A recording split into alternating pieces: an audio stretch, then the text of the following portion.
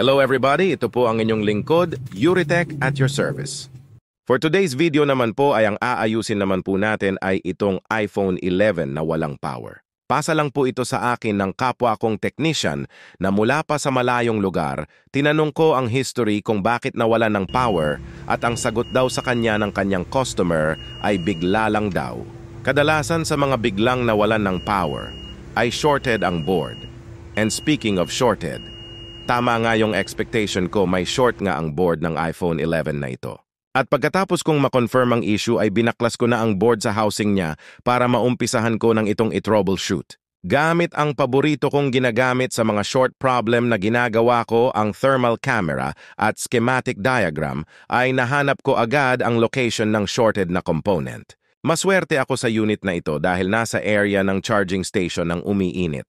Nasa ibabaw lang ng upper board, kaya mas mapapadali lang ang trabaho ko sa unit na ito. Ang magpapahirap lang sa akin ng konti ay ang pagtatanggal ko ng cover plate. Pero sa dami na ng ginawa kong tulad nito, medyo madali na ito sa ating gawin. After kong matanggal ang cover plate ng charging area, ay pinausukan ko na ang area ng mga IC. Ang procedure na ito ay ginagawa para makita ang specific na umiinit na piyesa. Kita nyo naman po lumitaw agad yung piyesang umiinit nang nilagyan ko ng boltahe ang linya na may short. Yan ang epekto ng rosin flux. Kapag na-expose siya sa init ay nalulusaw siya agad. At nang ma-identify ko ang piyesang umiinit ay dali-dali ko itong tinanggal gamit ang mini cutter blade. Okay lang kahit hindi napalitan ang kapasitor na yan dahil napakadami naman ng same niya ng purpose. Mas malalagay pa sa alanganin ang board kapag pinalitan, kaya mas practical na tanggalin lang yan. Then after ko matanggal ang shorted capacitor ay syempre gamit ang multimeter ay i-check naman natin kung hindi na ba shorted ang board. Malinaw na may value na ang linya na shorted base sa reading result ng multimeter, it means nawala na yung short. Kaya ang susunod kong gagawin ay tatakpan ko lang yung part ng board na open para ma-sealed ko yung mga posibleng pagmulan ulit ng short.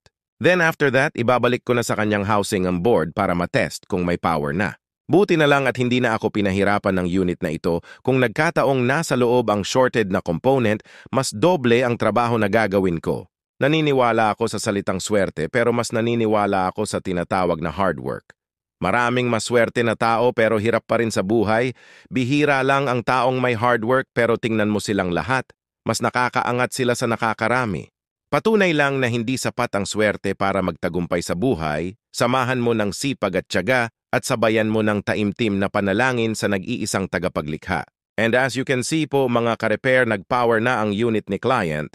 Sayang lang at may sira din pala ang kanyan LCD pero okay lang daw ang mahalaga nag-power na ang iPhone niya. Sana po ay nagustuhan nyo ang inyong napanood. Ito po ang inyong lingkod, Yuritech at your service. Hanggang sa muli po. Maraming salamat po. Salamat!